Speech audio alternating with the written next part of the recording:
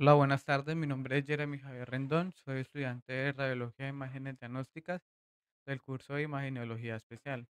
El día de hoy le presentaré algunos estudios radiológicos que me tocaron. Empezaré hablando sobre la cialografía, que es un estudio radiológico que se utiliza para visualizar las glándulas salivales y sus conductos, especialmente la glándula parotida y la submandibular. Se realiza introduciendo un medio de contraste radiopaco en el conducto excretor de la glándula, seguido de una serie de radiografías para observar la anatomía y detectar posibles anomalías. Algunas patologías comunes pueden ser que se pueden encontrar en este estudio pueden ser cialolitiasis, que son cálculos saliviales, cialoadenitis crónica, inflamación crónica de la glándula y un trastorno autoinmune con destrucción glandular. Algunas indicaciones clínicas es el dolor e inflamación recurrente en la región de la glándula salival, sospecha de obstrucción ductal por cálculos, estudio de masas o tumores en glándulas salivales y síntomas compatibles con el síndrome de Sjögren. Algunas indicaciones para el paciente es que tiene que tener ayuno mínimo de 4 horas, retiro de prótesis dentales móviles si las tiene, explicar el procedimiento y obtener un consentimiento informado, evaluar las posibles alergias al medio de contraste ayudado. La preparación del paciente tiene que tener una creatinina sérica y filtrada glomerular estimada para evaluar la función renal. Hemograma completo si hay sospecha de proceso infeccioso activo. Posicionamiento del paciente es proyección lateral del cráneo-cuello. El paciente tiene que estar sentado con la cabeza en perfil verdadero. El chasis lateral al lado del cráneo, rayo horizontal, proyección oblicuo lateral, cabeza girada unos 30 a 45 grados hacia el lado opuesto de la glándula de estudio. Centraje sobre la región de la glándula, proyección posterior anterior, modificada. La cabeza tiene que estar recta, la boca cerrada, centraje perpendicular al ángulo de la mandíbula. Algunas de las imágenes que adquirimos en este estudio son las siguientes. El siguiente estudio que veremos es la galactografía, que también es conocida como butografía. Es un examen de rayos X que se utiliza un medio de contraste para visualizar los conductos galactóforos de la mama, especialmente cuando hay secreción anormal por el pezón. Se utiliza para identificar posibles causas de la secreción como lesiones intraductales y puede ayudar a planificar una cirugía más selectiva si se identifica alguna anomalía. Algunas patologías comunes que se encuentran en este estudio pueden ser el papiloma intraductal, que es la lesión benigna más frecuente que causa secreción, el carcinoma intraductal, ectasia ductal, que es la dilatación y engrosamiento de los conductos. Algunas indicaciones clínicas de este estudio es la secreción espontánea, persistente y uninatural por el pezón, secreción serosa, sanguinolenta o transparente no relacionada con la lactancia, sospecha clínica de lesión intraductal, estudio complementario a mamografía, ecografía con hallazgos inconclusos. Algunas indicaciones del paciente es que no tiene que usar desodorante ni cremas el día del estudio, que este pueden interferir con la proyección de la imagen.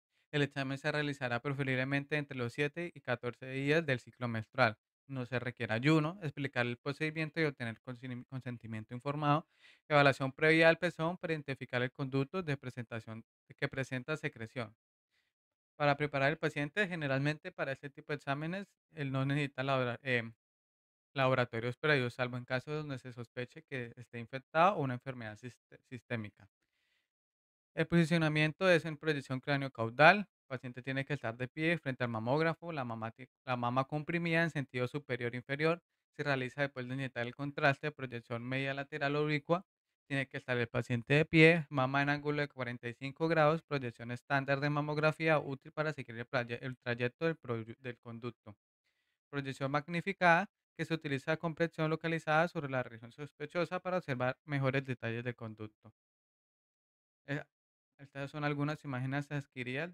Buenas noches, mi nombre es Juan Daniel Pinzón, estudiante de Radiología e Imagenología de la Universidad de la UNAD. Hoy vengo a hablarles sobre la urografía escritora y cistografía miccional. Bueno, ambos son estudios radiológicos con medio de contraste que permiten visualizar el sistema urinario. La urografía evalúa los riñones, los uréteres y vejiga, más la cistografía estudia la vejiga y la uretra, especialmente durante la micción.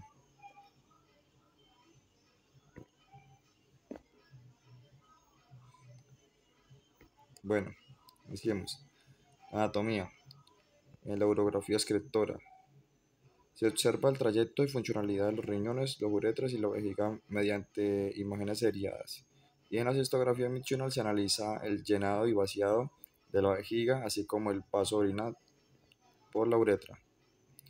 Eh, una de las patologías que tienen estas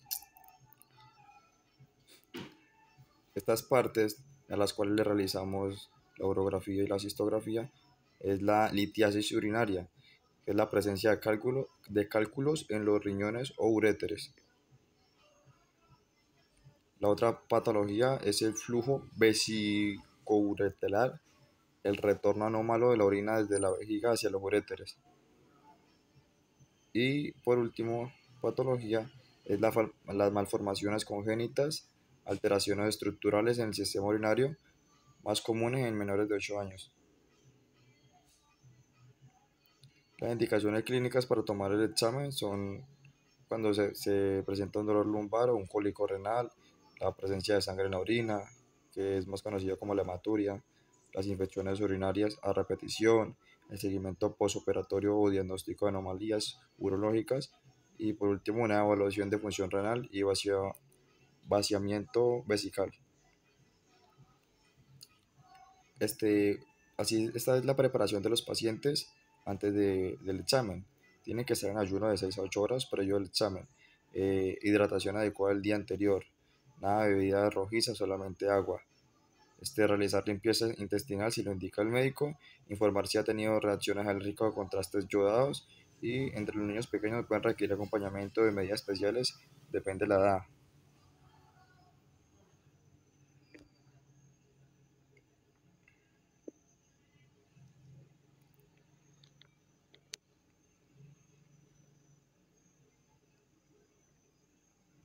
Bueno, en los exámenes de laboratorio requeridos antes de aplicar medio contraste es necesario verificar la función renal que se solicitan. Uno de los exámenes son la creatinina sérica, el BUN, o sea, el nitrógeno ureico, y en casos pediátricos puede requerirse el parcial de orina y antecedentes clínicos detallados. El posicionamiento anatómico del paciente, una urografía excretora, el paciente en decúbito supino sobre la mesa radiológica se pueden usar proyecciones oblicuas o en bipedestación si el médico lo solicita, pero si no, solamente en supino. En una cistografía miccional, el paciente se coloca en decúbito dorsal durante el llenado vesical. Las imágenes se toman también durante la micción y en niños pueden usar sonda vesical y dispositivos pediátricos adaptados. En urografía escritora se adquieren imágenes seriadas a intervalos de tiempo de 0, 5, 10 o 15 minutos desde la proyección de los riñones hasta la vejiga. En cistografía se toma imagen de la vejiga llena durante la micción y posteriormente el vaciamiento. Entonces, aquí como podemos ver, eso es una cistografía. El catéter se mete por el pene y mediante el contraste se fluye por el catéter hasta llenar la vejiga. Aunque hay más formas de poder instalar el catéter. Bueno, esta es mi presentación y muchísimas gracias. Buenas tardes para todos, mi nombre es Sebastián Cuides y en el momento les daré un contexto de lo que es el sistema arterial y venoso. Con la angiografía coronaria iniciamos con su primer punto, que es la anatomía radiológica de la estructura a evaluar. En esta es una angiografía coronaria común, ya que evaluamos principalmente lo que son las arterias coronarias, como su nombre lo dice, ya que estos son vasos sanguíneos que lo que hace son que irrigan al corazón. Y en esta tenemos tres arterias coronarias principales, que son la arteria coronaria izquierda, que se divide en descendente anterior y circunfleja. También por parte de esta tenemos que en esa irriga la parte lateral y posterior del corazón. Por otro lado tenemos la arteria coronaria derecha, que es la encargada de irrigar el lado derecho del corazón y parte del nodo del ritmo cardíaco. Como tal, con este se pueden observar varias ramificaciones secundarias y colaterales que también, o durante de este, el estudio, el cual se le realiza, que es con un medio de contraste y evalúa por como cual los rayos X en un tiempo real para ver el flujo, observaciones o deformidades. En ese también, por parte en el segundo punto, tenemos las patologías, como cual manifesté tres, que es la enfermedad coronaria, aterosclerótica, que son las placas de colesterol que estrechan las arterias. En una segunda patología son los espasmos coronarios, que como tal con este es una contracción de una de las arterias, por lo cual causa que éste reduzca el flujo sanguíneo. Y como tercero tenemos la trombosis coronaria, que como tal son coágulos o es la coagulación de un bloqueo eh, del flujo sanguíneo, por lo cual con este causa algún infarto. También se pueden detectar anomalías congénitas, disecciones o estenosis postoperatorias con este.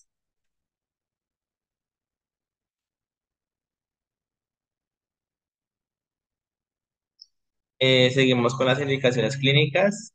Como tal, el médico lo que va a tener muy en cuenta con esto para la toma es el dolor torácico del paciente, ya sea un origen incierto o una sospecha de una angina, y los síntomas de infarto o un síndrome coronario agudo, y como tal, un resultado normal en todos los estudios que se le hace previamente, ya que es una prueba de esfuerzo, un ecocardiograma de esfuerzo, un TAC coronario, y para las evaluaciones antes de la cirugía cardíaca ya pueden ser mayor, y una revisión después de los procedimientos, ya sea con un stent o un bypass.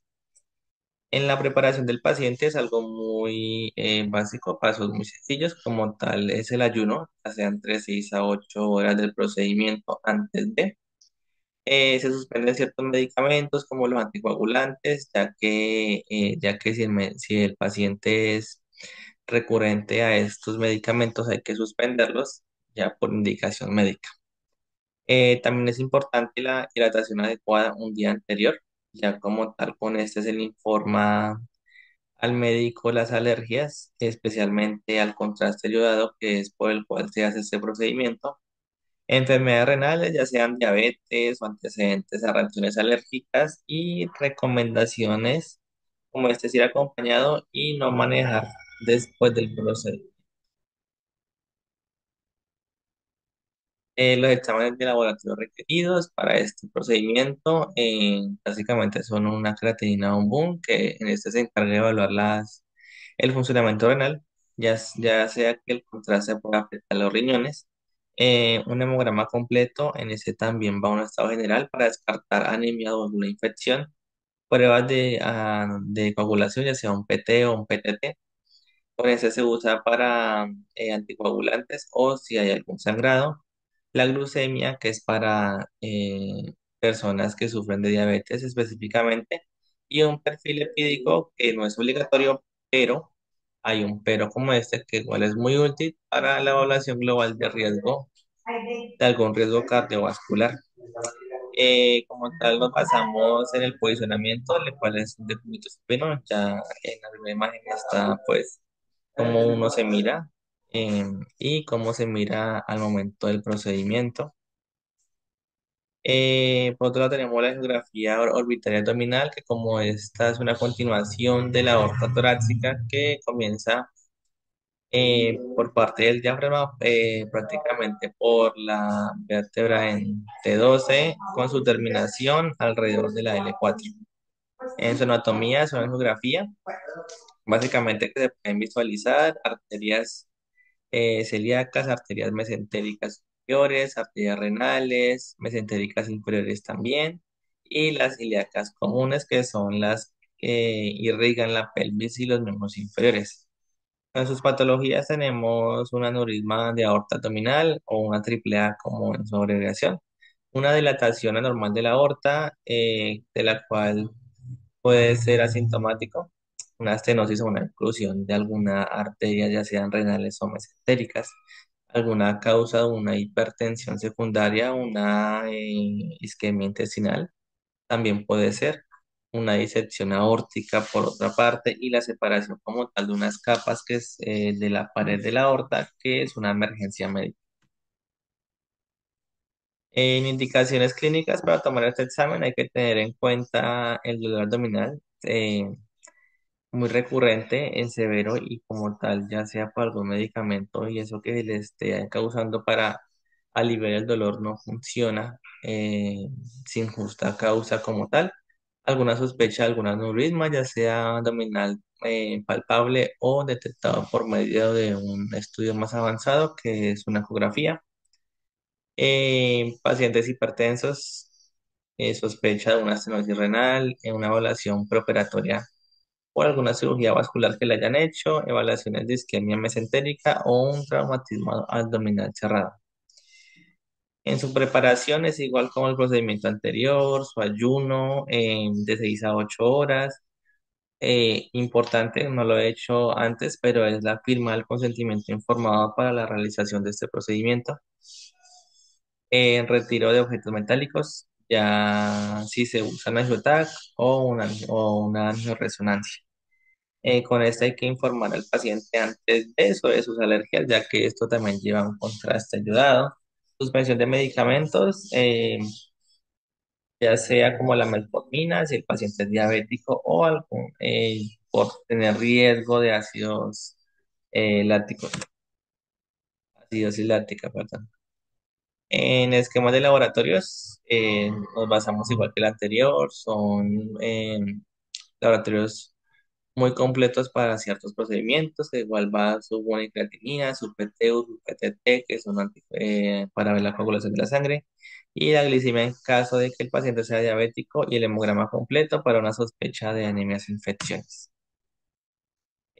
También nos basamos en este, en un decúbito supino, pero en este, en diferencia del anterior, es que los brazos van elevados hacia la cabeza, como lo pueden ver en las dos imágenes de abajo.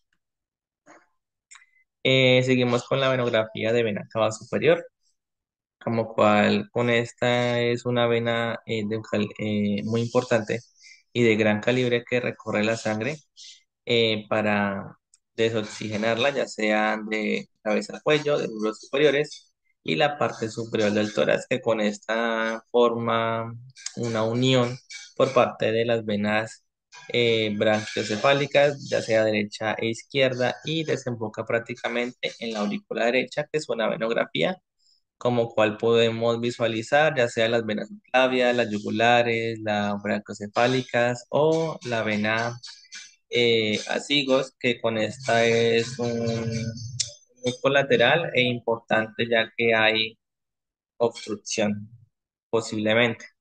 Entre sus patologías encontramos el síndrome de la vena cava superior, una obstrucción parcial o total de la vena cava superior, generalmente a causa como de cáncer pulmonar, alguna trombosis de la vena cava superior, una formación de coágulos, compresiones extrínsecas por masas, o pueden ser un linfoma, o adenopatías, aneurismas o tumores que pueden comprimir esta vena desde el exterior.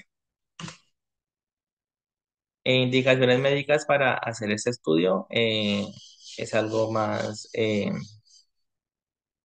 profundo, por decirlo así, ya que con eso encontramos la clínica compatible con un síndrome de vena cava superior, ya sea una edema facial, una disnea, una ingurgitación yugular. También puede ser una sospecha de trombosis por el uso prolongado de un catéter venoso central, que es muy eh, común también en este. También hay una evaluación prequirúrgica o precolocación de los dispositivos, ya sea por medio de un stent o los marcapasos que tienen los pacientes.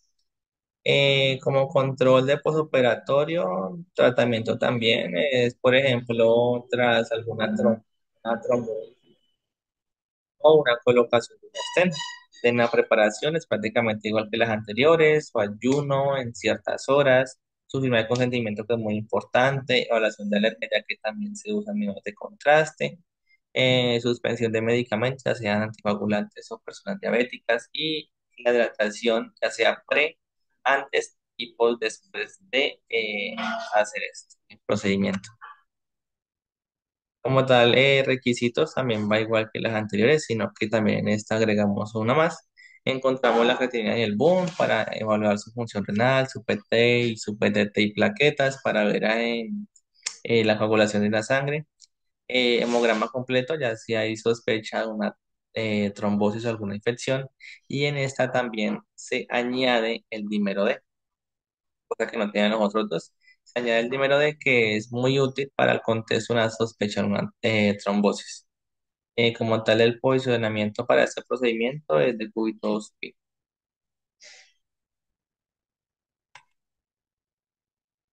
Y esta es la bibliografía. Muchas gracias.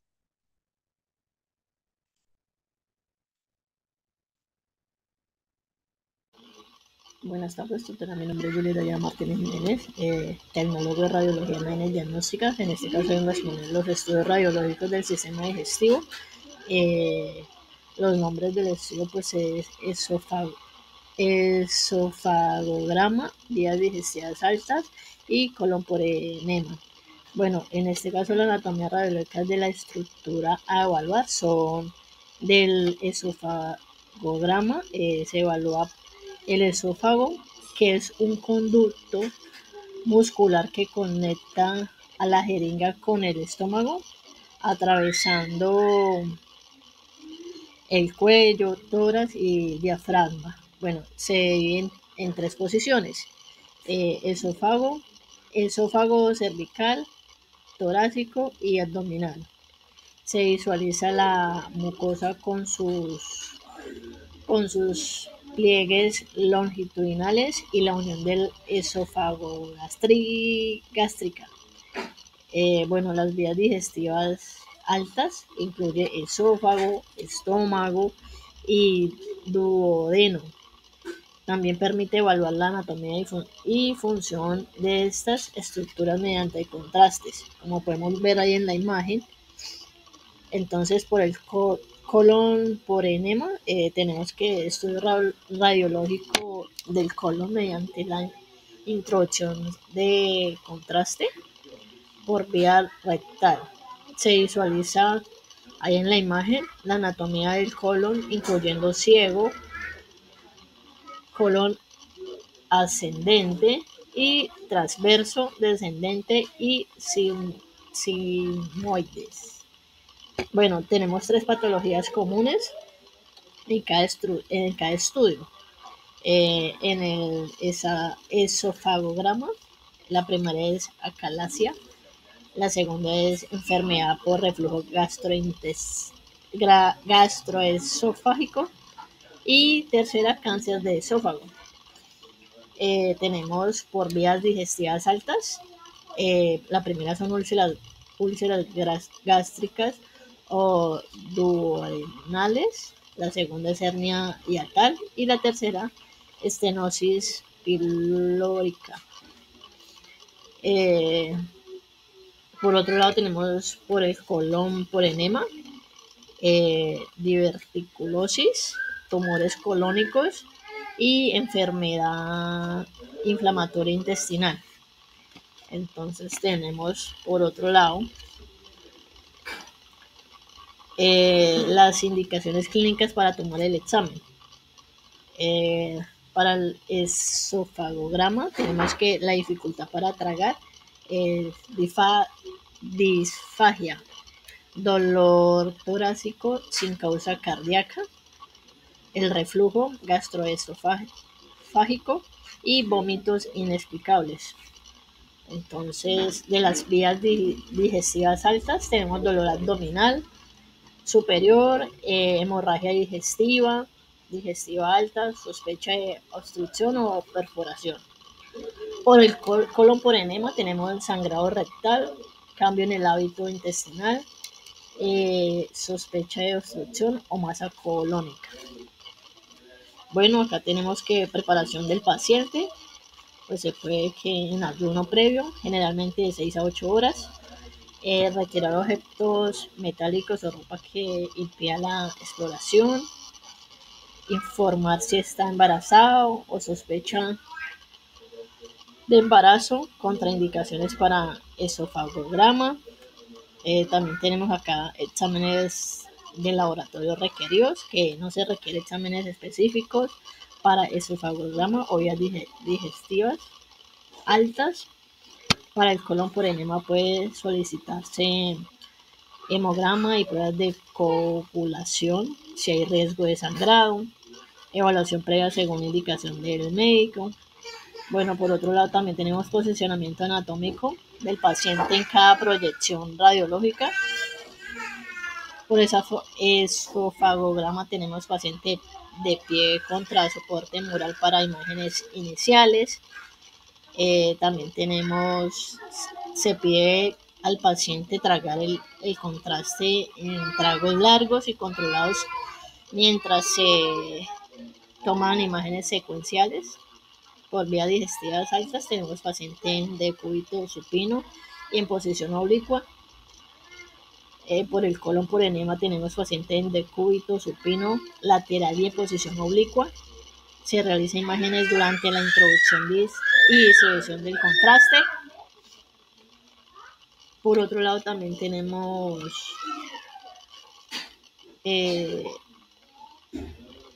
las imágenes radiológicas adquiridas en cada proyección durante el estudio, que es imágenes de secuencias del esófago en esofagograma mostrando paso del contraste, radiografías de estómago y duodeno en vías digestivas altas con contraste, radiografías del colon llenado con contraste en diferentes proyecciones para evaluar la anatomía y posiblemente lesiones.